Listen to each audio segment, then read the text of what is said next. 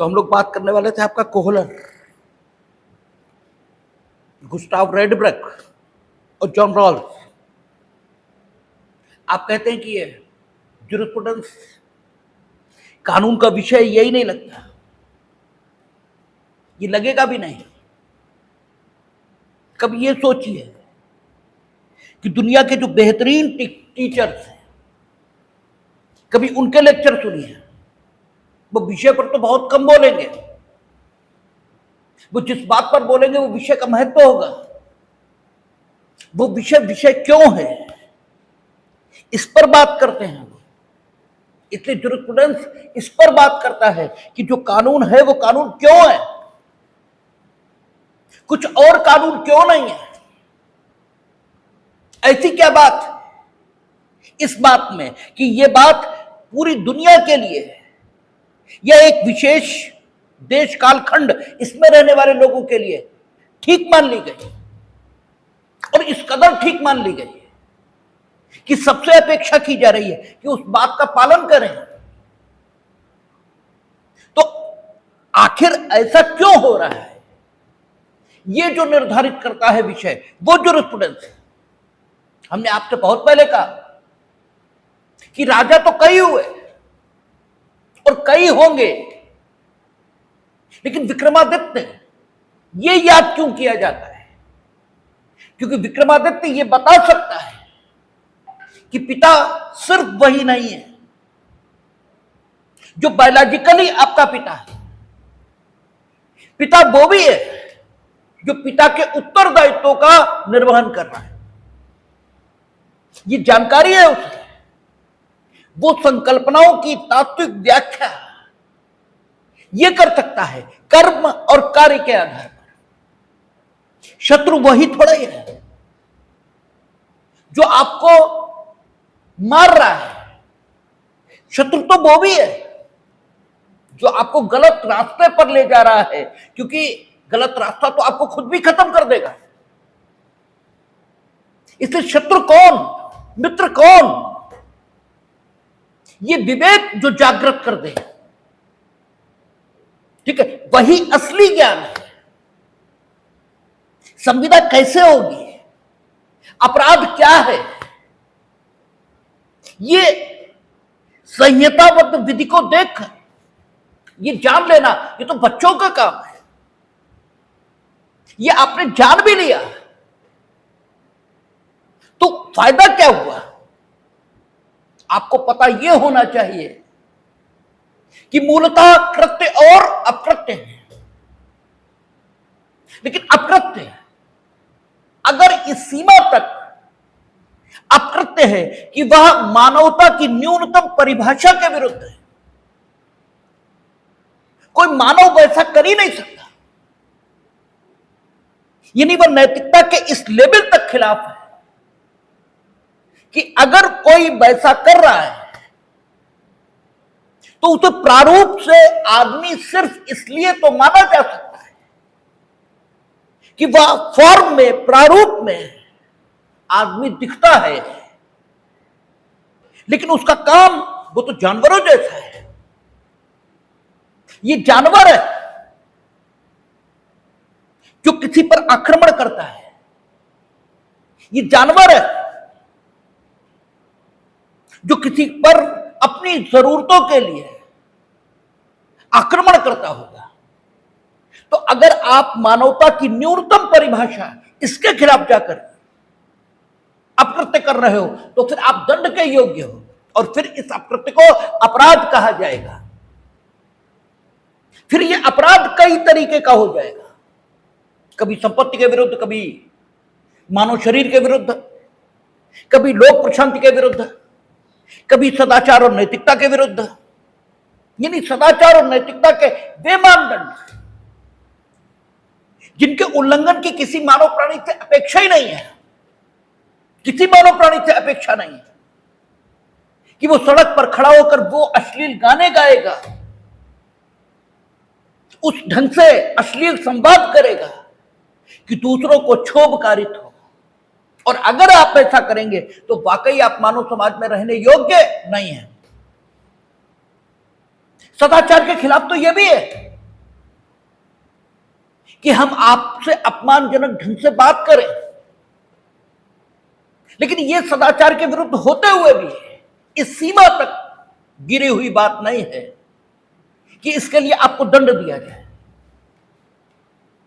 इसलिए इसके लिए दंड नहीं मिलेगा, लेकिन इसके लिए आपको स्वतंत्र छोड़ा भी नहीं जाएगा। किसी भी काम के प्रति अनुतोष एक ही प्रकार का नहीं होता, किसी भी काम के प्रति अनेकों प्रकार के अनुतोष होते हैं। आप घर में गलती करते हैं, कुछ गलतियां ओवरलुक की जाती हैं, आप गलती कर देते हैं, लेकिन कुछ गलती होती हैं जिन्हें ओवरलुक कर देते हैं, जिन्हें इग्नोर कर दिया जाता है, और कुछ गलतियां होती हैं जिन पर आपकी डांट पड़ती है, और कुछ गलतियां होती हैं जिन पर आप पिटते हो। यही व्यवस्था सार्वभौमिक तौर पर लागू होती है। आपने अश्लील बात कही, ऐसी कि दूसरे को क्षोभ हो रहा है, अब आप पिटने लायक हो, अब दंड की व्यवस्था होगी। आपने अपमानजनक बात कही, वो भी खिलाफ है ह्यूमन वैल्यूज के, लेकिन अब वो रेमेडी जो उस दशा में आपको मिलनी चाहिए, उससे कमतर रेमेडी ये मिलेगी। यानी अप्रतिकर, यानी अकृत्य माना जाएगा, मानहानि का अकृत्य हुआ है ये माना जाएगा। आपने वही शब्द कहे, लेकिन फिर भी आपके पास कोई अथॉरिटी है जिसके कारण से आप वो सब कुछ कह सकते हो संबंधित व्यक्ति से, आपका कुछ भी नहीं होगा। ठीक है, शब्द में कोई फर्क नहीं है, और इस सब की समझ कौन देगा? ज्यूरिस्प्रूडेंस। इसलिए ये वो विषय है कि अगर ये नहीं आया तो कानून की बेहतर समझ ये आपको कभी नहीं हो सकती। आप जीविकोपार्जन के लिए वकील या जुडिशियल मजिस्ट्रेट यही बन के रहेंगे जीवन भर। सीजेआई बनने का सपना छोड़ दीजिए। ये मान लीजिए कि भारत के मुख्य न्यायाधीश या सुप्रीम कोर्ट या हाई कोर्ट में बैठे हुए लोग ये विशेष वंशों में ही पैदा होते हैं, सामान्य घरों में नहीं। ये तो आप ये मान लीजिए, और अगर आप ऐसा मानते हैं तो आपसे बड़ा मूर्ख कोई नहीं है, क्योंकि इतिहास ने साबित किया है कि इस समय जो प्रधानमंत्री है वो चाय बेचता था, उसकी कोई पारिवारिक पृष्ठभूमि नहीं। जो अभी ब्रिटेन में जीते हैं उनकी मां नर्स थी, शायद पत्नी नर्स है, लेकिन मां भी कोई राजनीतिक घराने से नहीं आ रही। ठीक है, तो दुनिया के अनुभव ये सिद्ध करते हैं कि कोई कहीं पहुंच सकता है, लेकिन कहीं पहुंचने के लिए कोई योग्यता चाहिए। तो अगर आप सुप्रीम जुडिशरी इसमें जाने की सोचते भी हैं तो आपको इस विषय का ज्ञान होना ही चाहिए। अगर इस विषय का ज्ञान नहीं है तो आपको कुछ नहीं है। ठीक है, फिर कानून में आपको कुछ आता है ये बिल्कुल नहीं माना जा सकता। हम लोग जिस पर बात करने वाले हैं वो कोहलर है। कोहलर हीगल का शिष्य है। उसने हीगल की बात को आगे बढ़ाया, और हीगल ये कहता था कि कानून बनता कैसे है। तो वो कहता था कि कानून आप में एक व्यक्तिगत भावना, अपनी व्यक्तिगत भलाई की भावना ये पाई जाती है। आपकी व्यक्तिगत भावनाएं, आप अपना भला चाहते हैं, और आप अपना भला चाहते हैं तो समाज में सभी अपना भला चाहते हैं।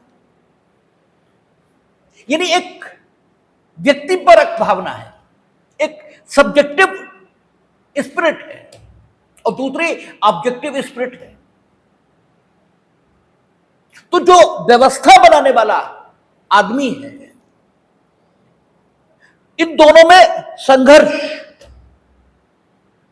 ठीक है, ये रहेगा ही रहेगा, क्योंकि आप अपना भला चाहेंगे, दूसरा अपना भला चाहेगा, तो संघर्ष ये तो होना ही होना है। ठीक है, तो सबको अपना भला इस प्रकार करने दिया जाए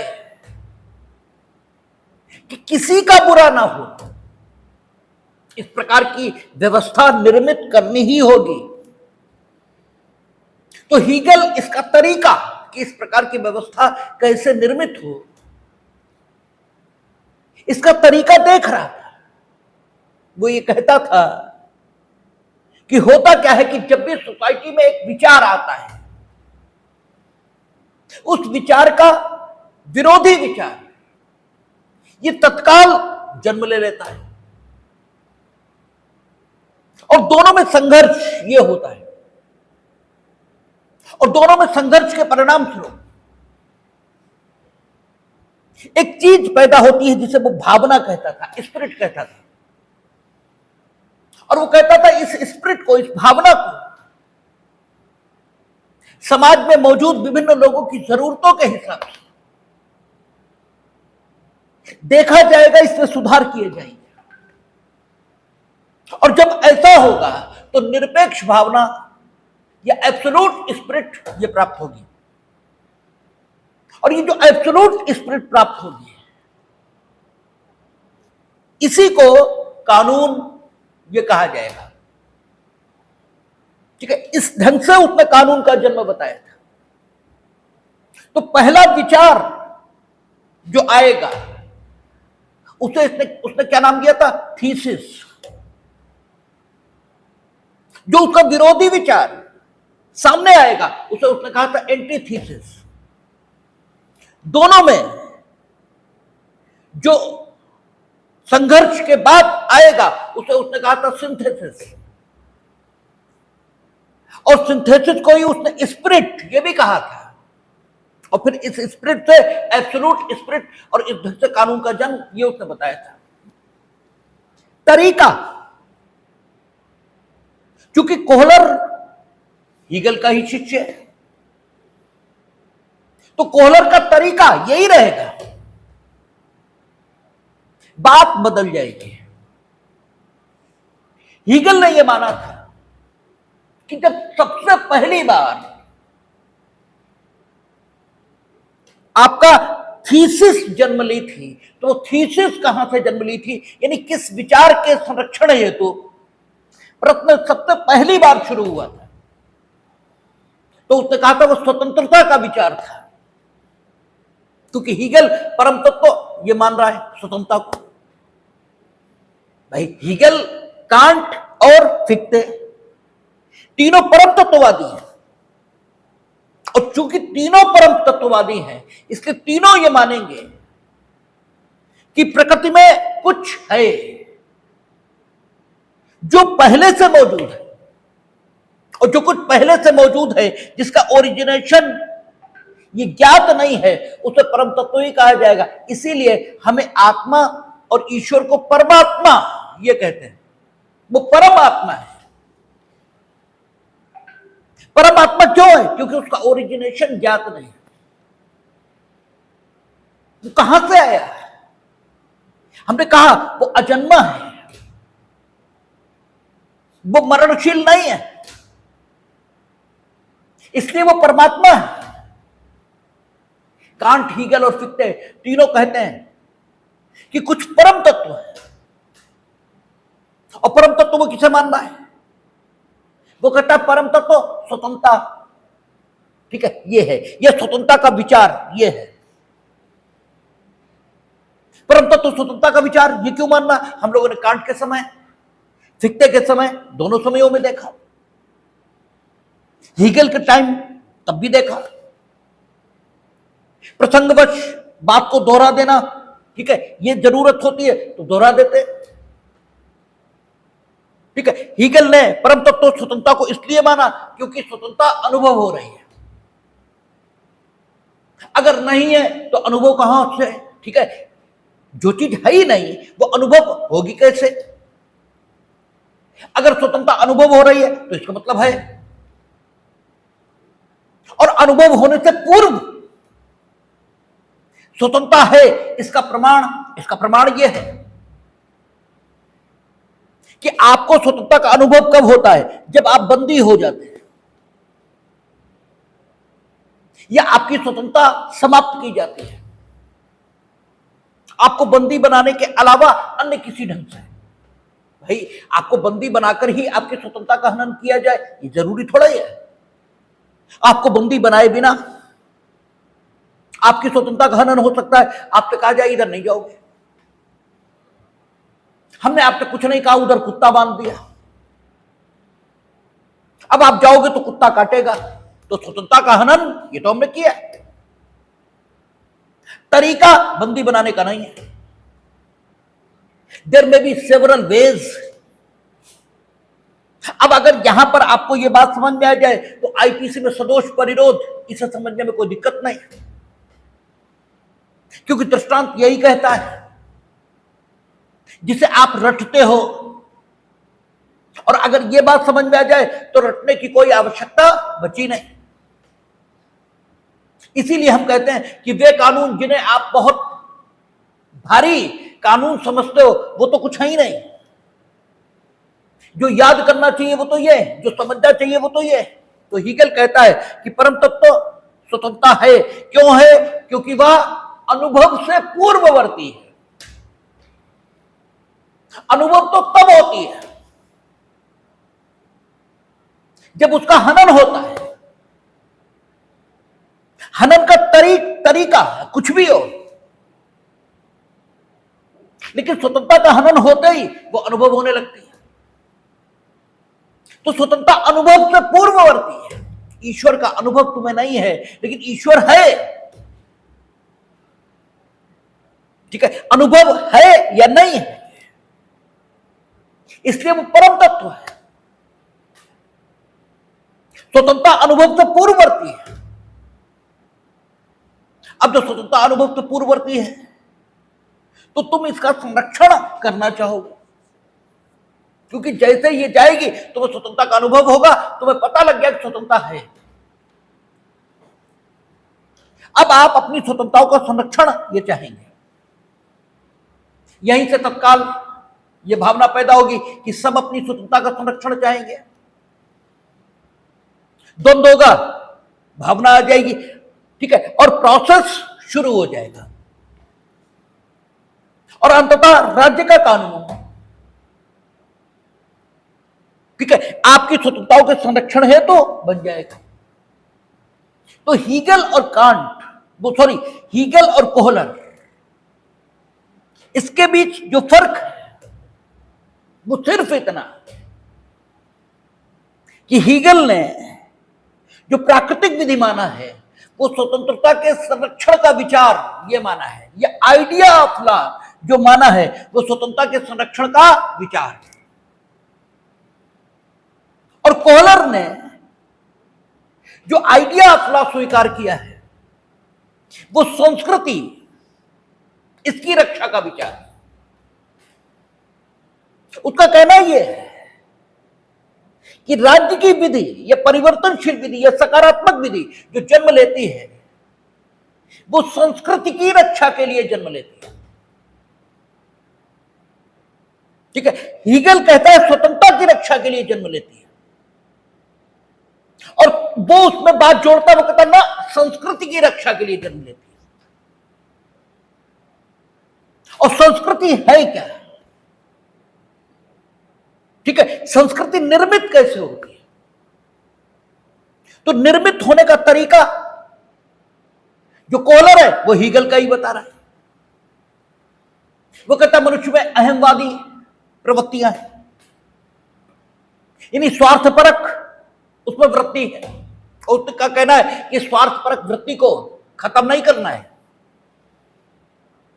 क्योंकि स्वार्थपरक वृत्ति के कारण ही मनुष्य इनोवेशन करेगा, खोज करेगा, अपनी बुद्धि को प्रखर बनाएगा, अपनी मेधा का विकास करेगा। इसलिए इस अहंवादी तत्व को खत्म नहीं करना है, उसके स्वार्थपरक तत्व को बिल्कुल नष्ट नहीं करना है।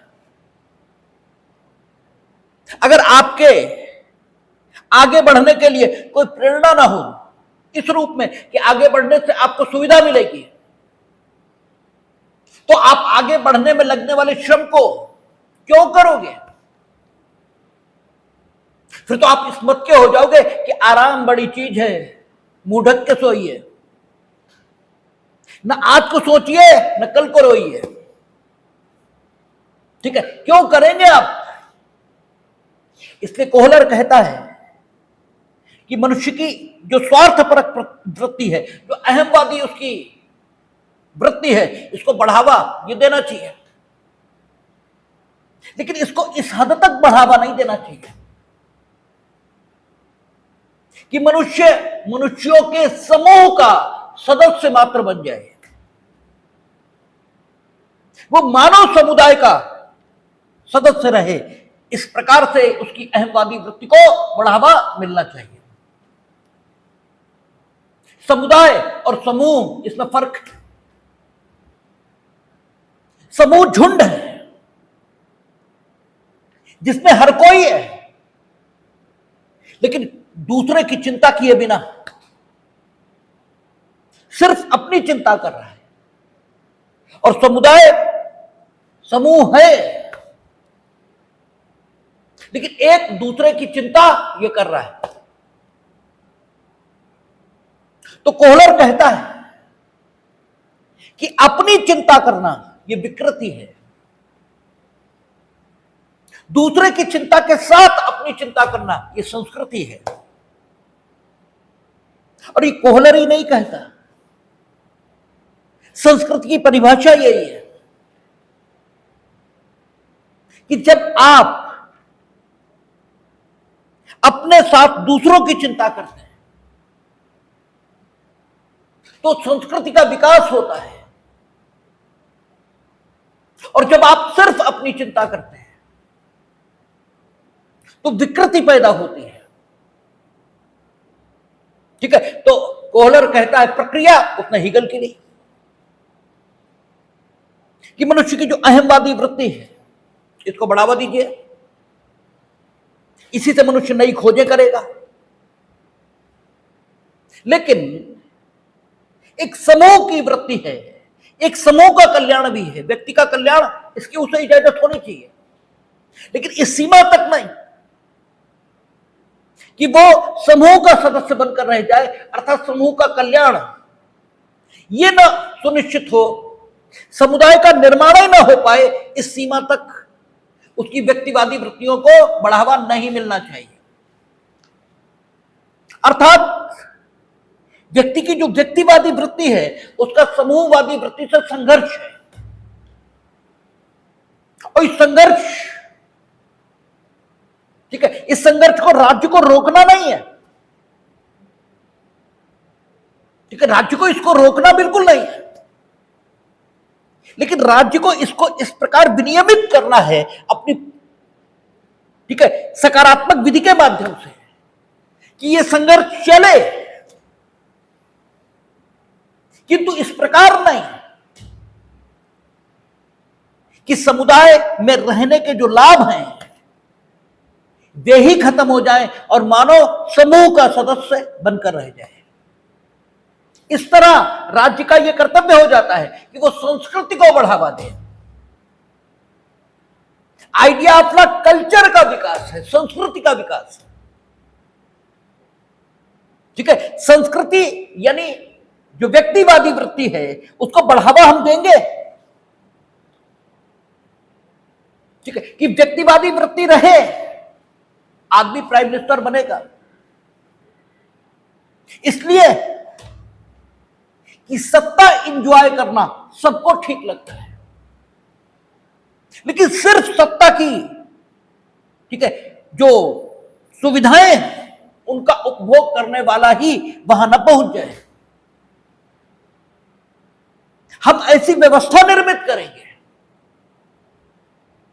कि वहां बैठने वाला समुदाय के कल्याण के लिए काम करे। तो राज्य, इसकी विधि जो उत्पन्न होगी वो संस्कृति की रक्षा के लिए उत्पन्न होगी। और संस्कृति क्या है? वर्तमान, ठीक है, इस समय जो ज्ञान उपलब्ध है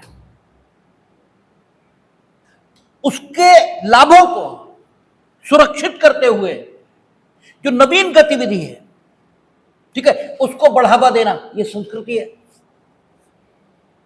मनुष्य अपना लाभ, क्योंकि उसमें अहमवादी और स्वार्थपरक वृत्ति है, उसमें अहमवादी और स्वार्थपरक वृत्ति है, उसे बढ़ावा भी देना है। तो जो वर्तमान लाभ ज्ञान है, अगर वो अपर्याप्त पा रहा है तो मनुष्य अपने लाभ के लिए उस ज्ञान का उपयोग करेगा। हमें उसे रोकना नहीं है, करने देना है। लेकिन वो जो नवीन गतिविधि करेगा इस उपलब्ध ज्ञान की सहायता से, उसकी नवीन गतिविधि को इस प्रकार रेगुलराइज कर देना है राज्य को कि राज्य के द्वारा रेगुलराइज किए जाने की दशा में उसकी नवीन गतिविधि समुदाय के लाभ के लिए काम करना शुरू कर दे। तो राज्य की ओर से अपनी विधि के माध्यम से संस्कृत की रक्षा यह संभव हो जाएगी। तो हीगल ने राज्य की विधि का लक्ष्य क्या माना था? स्वतंत्रता की रक्षा। और कोहलर ने राज्य की विधि का लक्ष्य क्या माना है? संस्कृति की रक्षा। ठीक है, संस्कृति का अर्थ क्या हुआ? संस्कृति का अर्थ यह हुआ कि व्यक्तिवाद, जो व्यक्ति की जो अपने कल्याण की भावना है उसे इस प्रकार विनियमित कर देना कि व्यक्ति के अपने कल्याण की भावना समूह और समुदाय के कल्याण को सुनिश्चित कर दे। और यह आपको पेटेंट के कानून में, कॉपीराइट के कानून में स्पष्ट दिखाई देगा। पेटेंट आप करवा लीजिए, और अगर आपने उत्पाद को पेटेंट कराया तो उसके लाभ आप ही लेंगे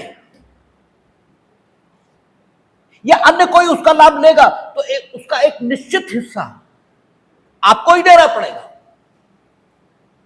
यही स्थिति कॉपीराइट की है, यही स्थिति ज्योग्राफिकल इंडिकेशन की है। जितने बौद्धिक संपदा से संबंधित अधिकार है सबकी स्थिति यही है। लेकिन ऐसा नहीं होगा कि कॉपीराइट या पेटेंट आपको अनंत समय के लिए प्राप्त हो जाए। समुदाय का हक यह भी है उसमें, ठीक है। समुदाय एक निश्चित समय के बाद समुदाय उसका स्वामी हो जाएगा। आपको उसका लाभ एक सीमा तक, ठीक है, उठाने का हक है। राज्य चाहे वकील हो चाहे डॉक्टर हो, सबकी फीस रेगुलराइज करेगा। इसलिए क्योंकि डॉक्टर या वकील होने में सिर्फ आप नहीं है, ठीक है। आपने जिन मशीनों पर पढ़ा, जिन किताबों से पढ़ा, जिन इंस्टीट्यूट्स में पढ़ा, वे सब राज्य के द्वारा संचालित है। इसलिए कोहलर व्यक्तिगत गतिविधि को बढ़ावा देने के पक्ष में है, लेकिन समूह से संघर्ष होने की दशा में समन्वय चाहता है। और वो कहता है कि संघर्ष तो होगा, संघर्ष तो होगा। जैसे हीगल कहता है संघर्ष तो होगा, क्योंकि एक विचार है उसका विरोधी विचार है, तो संघर्ष तो होना ही है, ठीक है। द्वंद्व तो तय है। राज्य की भूमिका यह है कि वो अपनी विधियों के माध्यम से ऐसी स्थिति निर्माण करे कि संस्कृति, इसकी रक्षा हो। संस्कृति क्या है? संस्कृति का मतलब यह हुआ कि समुदाय के जो हित हैं वे सुरक्षित बने रहें और जीवन मूल्य, ठीक है, जो विकसित हुए वे कंटिन्यू रहें। कोहलर इस प्रकार आइडिया ऑफ संस्कृति की रक्षा के विचार को मानता है, ठीक है ना। उसने हेनरी मैन, इससे भी सीख ली है। हेनरी मैन, जब हम लोग ऐतिहासिक विचार में पढ़ेंगे, ऐतिहासिक विचारधारा में, तो देखेंगे कि हेनरी मैन क्या करेंगे, विभिन्न विधिक व्यवस्थाओं की तुलना करेंगे और तुलना करके ये निश्चित करने का प्रयास करेंगे कि विभिन्न विधिक व्यवस्थाओं में क्या चीजें रही हैं जिन्होंने विधिक व्यवस्था को आगे बढ़ाया है, कौन से मूल्य हैं जिनका संरक्षण विधिक व्यवस्था ने किया है। ठीक है, तो यानी इतिहास, इसका अध्ययन हेनरी मैन करेंगे, और इसलिए ताकि विधि को और ज्यादा प्रभावी और ज्यादा ठीक बनाया जा सके। तो यह तरीका भी कोहलर ने माना है। कोहलर का एक और कहना है कि अगर कभी राज्य की विधि के निर्वचन की जरूरत पड़े तो निर्वचन ऐसे करना चाहिए कि यह देखना चाहिए कि आखिर विधि बनाने का जो विधायक गण थे उनका उद्देश्य क्या था। विधायक गण स्वयं अगर निर्वचन करते तो उस विधि का क्या अर्थ लेते, इस प्रकार नहीं। ठीक है, इस प्रकार निर्वचन नहीं करना चाहिए। जैसे विधायक गण, मान लीजिए विधायिका में बैठे और उनका विचार यही है कि पॉलिटिकल चर्चा हर वो चर्चा है जिसका संबंध राज व्यवस्था से हो। ठीक है, तो अगर विधि का निर्वचन करते समय पॉलिटिकल चर्चा की व्याख्या करने की जरूरत पड़े तो जो विधायक गण का मत है उसे नहीं लेना चाहिए, बल्कि जो सामाजिक मान्यता है राजनीतिक चर्चा के संबंध में, ठीक है, उसके मुताबिक राजनीतिक चर्चा के अर्थ ये लेने चाहिए। क्योंकि जैसे राजनीतिक चर्चा, हमने अभी आपसे कहा था कि कुछ मूर्ख टाइप के लोग हैं, ये हर उस बात को राजनीतिक चर्चा बताते हैं जिस बात का संबंध शासक और सत्ता संचालन से हो, जबकि हर वो चर्चा राजनीतिक चर्चा नहीं हो सकती। अगर राज व्यवस्था द्वारा किए जा रहे अत्याचारों के संबंध में बात की जा रही है तो उस बात का संबंध शासक वर्ग से नहीं है, जनता से है। इसलिए इसको राजनीतिक चर्चा नहीं कहा जा सकता। जैसे कुछ बेवकूफ टाइप के लोग थे जो ये कहते थे आपातकाल की चर्चा राजनीतिक चर्चा है। ये राजनीतिक चर्चा नहीं है। क्यों? क्योंकि आपातकाल का संबंध जनता से है, जनता के अधिकारों से है। इसलिए शासक वर्ग की चर्चा नहीं है, शासन की नीतियों की चर्चा नहीं है, ये पॉलिटिकल चर्चा नहीं कही जा सकती। पॉलिटिकल चर्चा वो है जब आप किसी की दलीय गतिविधियों के बारे में चर्चा करते हैं, चुनाव कैसे जीता जाए, कौन कैंडिडेट हो, कांग्रेस या अन्य राजनीतिक दलों की जो अंदरूनी राजनीति है उसके बारे में चर्चा हो, यानी जिसका संबंध सिर्फ शासक वर्ग से हो, शासक दल से हो या अन्य दलों से हो, वो है पॉलिटिकल चर्चा। इसे पॉलिटिकल चर्चा नहीं कह सकते जिसका संबंध हमसे और आपसे है। कुछ मूर्ख और कुछ बेवकूफ टाइप के लोग इस प्रकार की बातें करते हैं। तो कोहलर कहता है कि अगर कभी विधि के निर्वचन की जरूरत पड़े तो विधि का निर्वचन ये कैसे करना चाहिए, जो विधायक गण हैं उनके व्यक्तिगत मतों के आधार पर नहीं, बल्कि जो समाज की मान्यता है उसके मुताबिक संबंधित शब्दों की व्याख्या करनी चाहिए। कोहलर इसे देखें तो मुख्यतः 4 बातें कहता है। वो कहता है कि जो विधि है ये संस्कृति की उपज है। ठीक है, ये भाषा, जैसे सैबिनी कहता है, ठीक है, परंपरा आदि की उपज नहीं, अर्थात ये लोक चेतना की उपज नहीं है। ये संस्कृति की उपज है। और संस्कृति का मतलब ये हुआ वो सारी अच्छी बातें हैं जो किसी सभ्यता ने विकसित की, जो किसी मानव ने विकसित की। भाई आदमी आया तो आदमी एक चिंतनशील प्राणी है। जब आदमी चिंतनशील प्राणी है तो आदमी सोचेगा ही, वो कुछ ना कुछ करेगा जरूर। ठीक है, तो जो कुछ वो कर रहा है, ठीक है, वो अपनी संतुष्टि के लिए करेगा, ये भी तय है।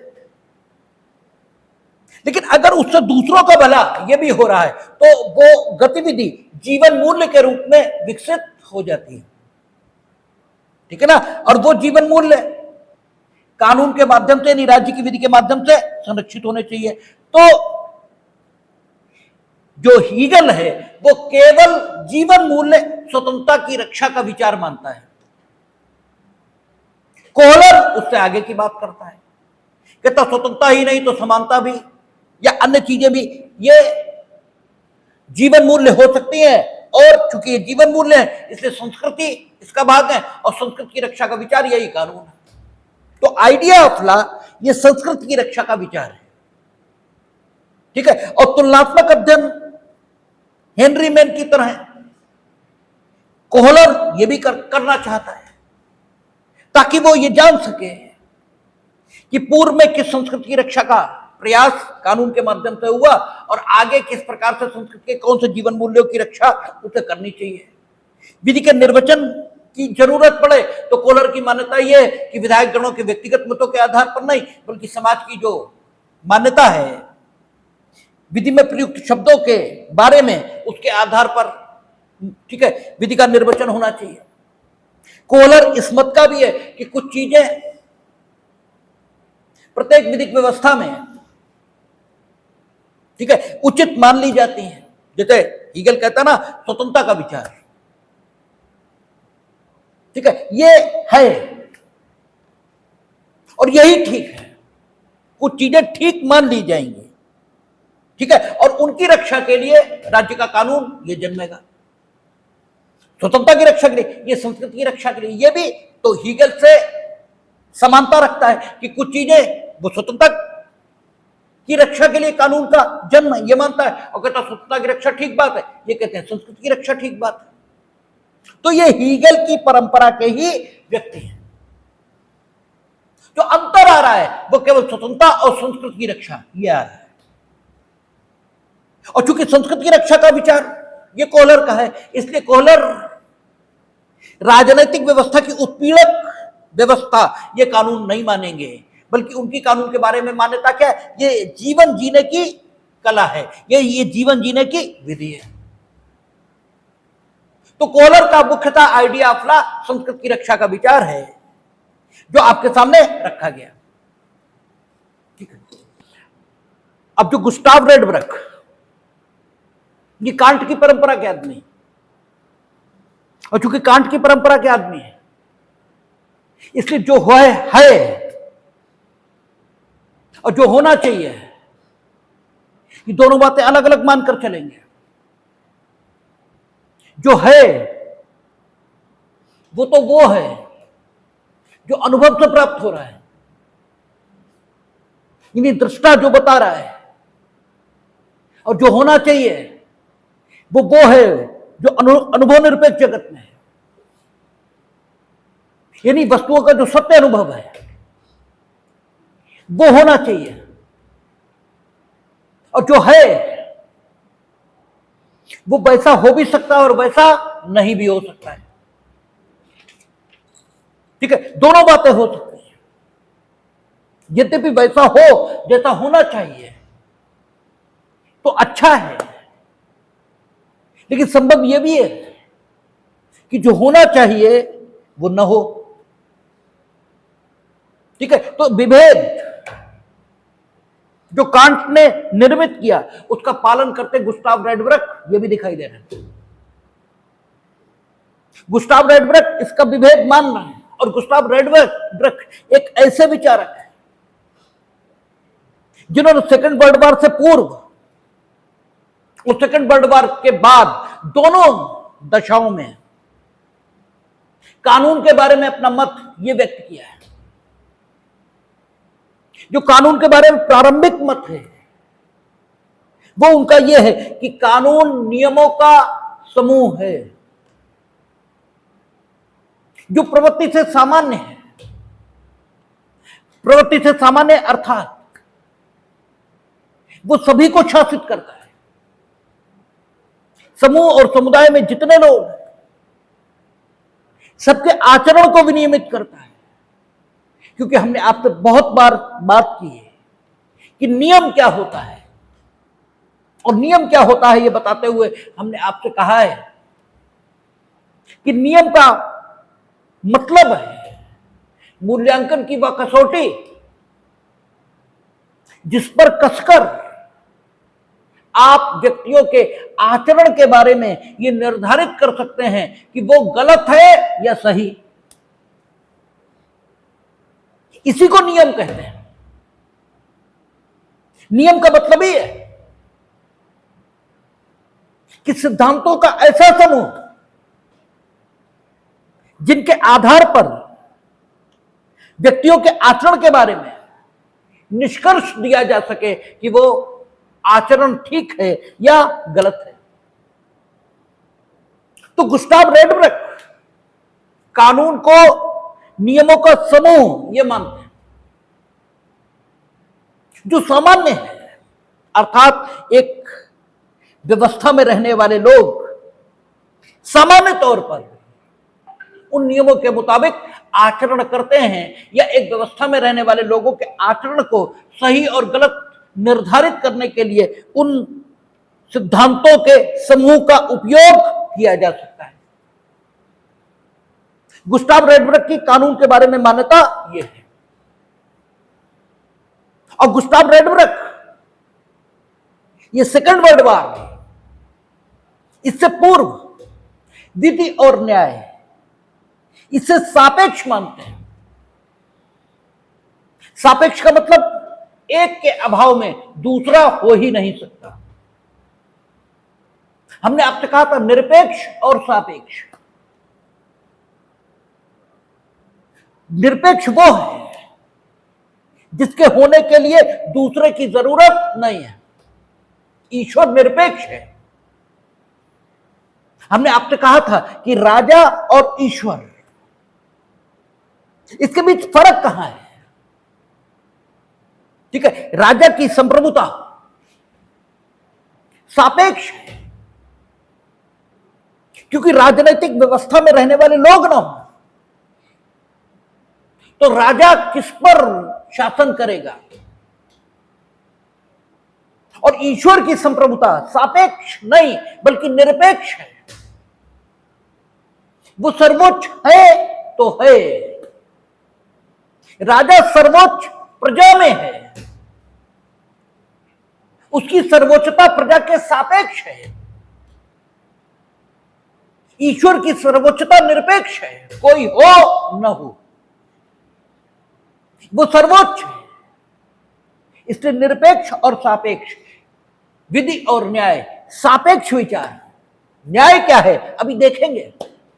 गुस्ताव रेडब्रक ने अभी न्याय नहीं कहा है।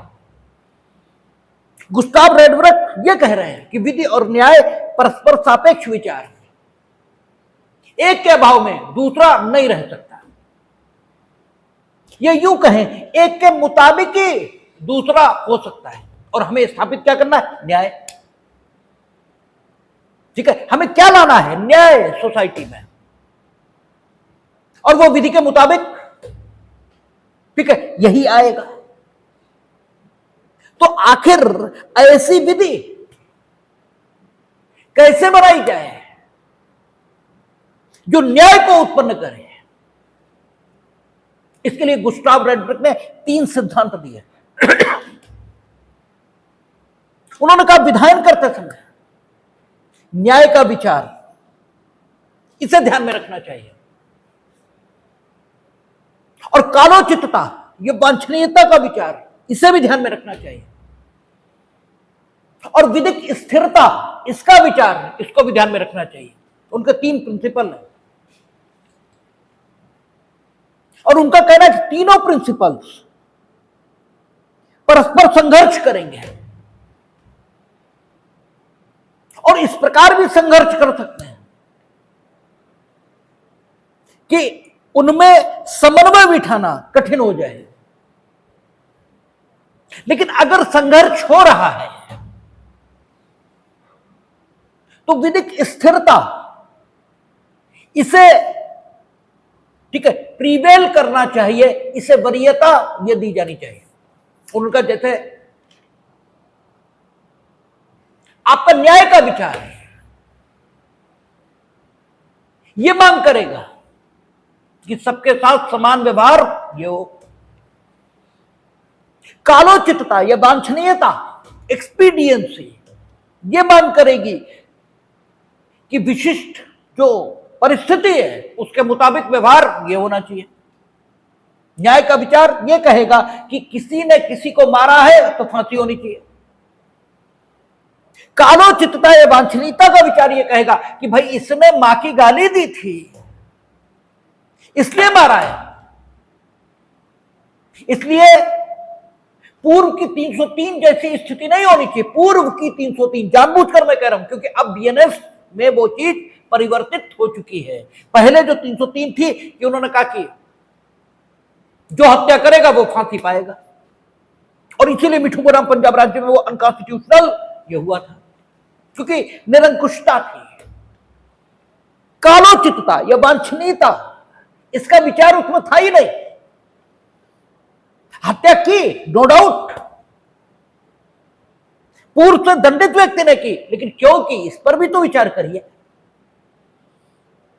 ठीक है, तो राइटब्रग कह रहे हैं कि न्याय का विचार जो है यह मांग करेगा कि समान व्यवहार हो, और कालोचितता या वांछनीयता का विचार यह मांग करेगा कि विशिष्ट व्यवहार हो। संबंधित परिस्थिति पर सोचा जाना चाहिए। जो चोरी करेगा उसे 3 साल सजा देंगे, ये कानून नहीं हो सकता। ये जो मिनिमम दंड है, ये जो मैक्सिमम दंड है, ये राइटब्रग के विचार पर है। केवल जुर्माना, सजा, बहुत सारी चीजें ये हो सकती हैं। ये कालोचितता या वांछनीयता का विचार है जो होना चाहिए। उन्होंने कहा तीसरा, विधिक स्थिरता, रोज संशोधन ये नहीं होने चाहिए। लेकिन उन्होंने ये भी कहा कि कभी कभी न्याय का विचार भी ये मांग करेगा कि बदलाव होना चाहिए, क्योंकि न्याय इस रूप में भी परिभाषित होता है कि जो होना चाहिए वो हो, क्योंकि युग बदलेगा, इसलिए कल जो होना चाहिए था वो आज हो, ये जरूरी नहीं है। ठीक है, तो न्याय का विचार विधिक स्थिरता का विरोध ये शुरू कर देगा, क्योंकि विधिक स्थिरता कहेगी जो पहले था वही हो। ठीक है ना, तो कभी तो संघर्ष होगा विधिक स्थिरता और न्याय के विचार में, कभी संघर्ष होगा विधिक स्थिरता, कालोचितता और वांछनीयता के विचार में। ठीक है, और कभी संघर्ष होगा कालोचितता, वांछनीयता के विचार और विधिक स्थिरता इसमें। ठीक है ना, संघर्ष होगा। कोशिश ये होनी चाहिए कि तीनों बातें राज्य की विधि में फलित हों। ठीक है ना, क्योंकि राज्य की विधि के मुताबिक ही न्याय हो पाएगा। राज्य की विधि इसे बनाते समय इन 3 बातों को ध्यान में रखना चाहिए, लेकिन इन 3 बातों को ध्यान में रखकर बनाई गई विधि यह भी न्याय के विचार के प्रतिकूल प्रतीत होने लगेगी जब समय बदल जाएगा। ठीक है ना, यह परिस्थिति विशेष होगी। ठीक है ना, तब संघर्ष शुरू हो जाएगा। और गुस्टाव राइटब्रग कहते हैं ऐसी दशा में विधिक स्थिरता इसी को प्रश्रय देना चाहिए, यानी एज पर लॉ निर्णय होना चाहिए, जो हमारे यहां होता है, जो विभिन्न विधिक व्यवस्थाओं में कोर्ट कई बार कहता है कि भाई स्थिति ठीक नहीं लग रही है, ठीक है, लग रहा है कि अन्याय हो रहा है, लेकिन हम करें क्या, कानून तो यही है, ठीक है ना। जैसे हम लोग एविडेंस एक्ट पढ़ रहे थे, तो एविडेंस एक्ट में आ रहा था कि 108 है, जिस व्यक्ति के बारे में नहीं सुना गया, उन लोगों के द्वारा जिन्होंने स्वभावतः सुना होता उसके जीवित होने की दशा में, तो उसे मरा हुआ मान लिया जाएगा। अब हुआ क्या, एक व्यक्ति जिसने एलआईसी की पॉलिसी ले रखी है, वो गायब हो गया। गायब हो जाने के बाद 7 साल के उपरांत जो सब इंश्योर्ड और जो बेनिफिट्स थे इंश्योरेंस के, उनको क्लेम करते हुए विधिक उत्तराधिकारियों ने पेमेंट देने की मांग की। एलआईसी ने कहा कि पॉलिसी कोलैप्स हो चुकी है क्योंकि प्रीमियम जमा नहीं हुआ। उच्चतम न्यायालय ने एलआईसी की बात मानी। उन्होंने कहा ये ठीक है कि 7 वर्ष इनके बीच अगर उन लोगों ने, जिन लोगों ने स्वभावतः व्यक्ति के जीवित रहने की दशा में सुना होगा, नहीं सुना है, तो 7 वर्ष के बाद व्यक्ति मरा हुआ मान लिया जाएगा। लेकिन यह विधि की अवधारणा है। तथ्यता वो मर गया, ये नहीं है, किसी ने उसे मरा हुआ देखा नहीं है, ये मान लिया गया। मान्यताओं में और वास्तविकता में अंतर होता है। हमने मान लिया है, ये हमारी मान्यता है, हो सकता जीवित हो, ठीक है। और मान्यता इसे भी अगर बल दिया जाए तो भी वो पहले दिन मरा, 7 साल जिस दिन शुरू हुए थे उस दिन मरा, या 7 साल के अंतिम दिन मरा, ये भी तय नहीं है। और अगर हम ये माने कि 7 साल के अंतिम दिन वो मरा तो प्रीमियम जारी रहना चाहिए था, क्योंकि अगर व्यक्ति जिंदा है तो पॉलिसी लैप्स कर जाएगी प्रीमियम के भुगतान न होने पर। क्योंकि प्रीमियम का भुगतान नहीं हुआ, इसलिए पॉलिसी लैप्स कर गई है और कोई पैसा नहीं मिलेगा। अब ये विशिष्ट परिस्थिति है, कालोचितता और वांछनीयता ये कह रही है कि वो परिवार जो आर्थिक विवशता में है उसके साथ विशिष्ट व्यवहार किया जाए और पॉलिसी, ठीक है, ऑनर हो, लेकिन विधिक स्थिरता, ठीक है, इसको प्रश्रय दिया सुप्रीम कोर्ट ने और कहा कि कानून ऐसे ही है कि सिर्फ मान्यता है और मरने की तारीख के बारे में कोई मान्यता नहीं है, इसलिए पैसा नहीं मिलेगा, ठीक है। तो कोर्ट ने विधिक स्थिरता, जो रेडब्रक कह रहे हैं कि तीनों में राज्य तीनों का ध्यान रखकर कानून बनाएगा, लेकिन फिर भी संघर्ष हो सकता है, और अगर संघर्ष हो तो विधिक स्थिरता को प्रश्रय ये मिलना चाहिए। यही वर्तमान विधिक व्यवस्थाओं में होता है। द्वितीय विश्व युद्ध से पहले उनका मत था कि हर दशा में विधिक स्थिरता को ही महत्व मिलना चाहिए, लेकिन जब सेकंड वर्ल्ड वॉर हुआ तो वो कानून जो कानून बनाने की प्रक्रिया से बनाए गए थे, ठीक है, उन सारे कानूनों ने मानवता को शर्मसार कर दिया। और अगर कानून वो होता है जो हिटलर बना रहा था, तो फिर आखिर असभ्यता और बदतमीजी ये किसे कहा जाता है?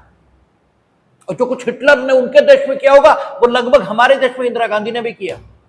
इसे कहने में हमें कोई संकोच नहीं है, आपातकाल में लगभग वही किया है। तो अगर वो कानून हो सकता है तो फिर इससे तो बेहतर यह है कि कानून न हो। तो रेडब्रक ने जो विधिक निश्चितता का विचार प्रतिपादित किया सेकंड वर्ल्ड वॉर के बाद, उसमें थोड़ा परिवर्तन बाद में किया, सेकंड वर्ल्ड वॉर के बाद। और यह कहा कि अगर सम्यक विधायन हुआ है, यानी कानून जिस तरह बनना चाहिए उस प्रक्रिया से कानून आया है और राज्य शक्ति से समर्थित भी है वो, तो फिर सामान्य तौर पर उसका पालन होना चाहिए। ठीक है, लेकिन अगर न्याय इस कदर कुचला जाए, अर्थात अन्याय की मात्रा इस सीमा तक असह्य हो जाए कि उससे व्यक्तियों की स्वतंत्रता ये पूरी तरह नष्ट हो जाए, तो फिर इस कानून का विरोध भी होना चाहिए। तो रैडब्रक कांट की विचारधारा के मुताबिक जो है और जो होना चाहिए इसमें विभेद स्वीकार करते हैं, विधि और न्याय के बीच सापेक्ष संबंध मानते हैं, विधि के अनुसार न्याय इसकी बात करते हैं, और विधि के अनुसार न्याय घटित हो इसके लिए 3 सिद्धांतों के पालन की अपेक्षा करते हैं। 3 सिद्धांतों अर्थात 3 विचारों के, न्याय का विचार, कालोचितता या वांछनीयता का विचार और विधिक स्थिरता का विचार। वो ये भी मानते हैं तीनों में संघर्ष होगा, लेकिन संघर्ष की दशा में विधिक स्थिरता को मान्यता देते हैं, और उनकी ये बात आज भी विभिन्न विधिक व्यवस्थाओं में दिखाई देती है। लेकिन फर्स्ट वर्ल्ड वॉर से पहले, सेकंड वर्ल्ड वॉर से पहले वो ये मान्यता उनकी थी कि विधिक स्थिरता को हर कीमत पर सुरक्षित किया जाना चाहिए, लेकिन सेकंड वर्ल्ड वॉर के बाद उन्होंने अपनी मान्यता परिवर्तित की है और यह कहा है कि अगर सम्यक रूप से विधायन निर्मित हुआ, राज्य शक्ति से समर्थित भी है, लेकिन वह स्वतंत्रता के मूल्य को पूरी तरह नष्ट कर रहा है और अन्याय को इस सीमा तक उत्पन्न कर रहा है कि वो असह्य मालूम होता है, तो फिर राज्य की विधि का विरोध, यानी स्थिर जो विधिक स्थिरता है उसका विरोध ये किया जा सकता है और किया जाना चाहिए।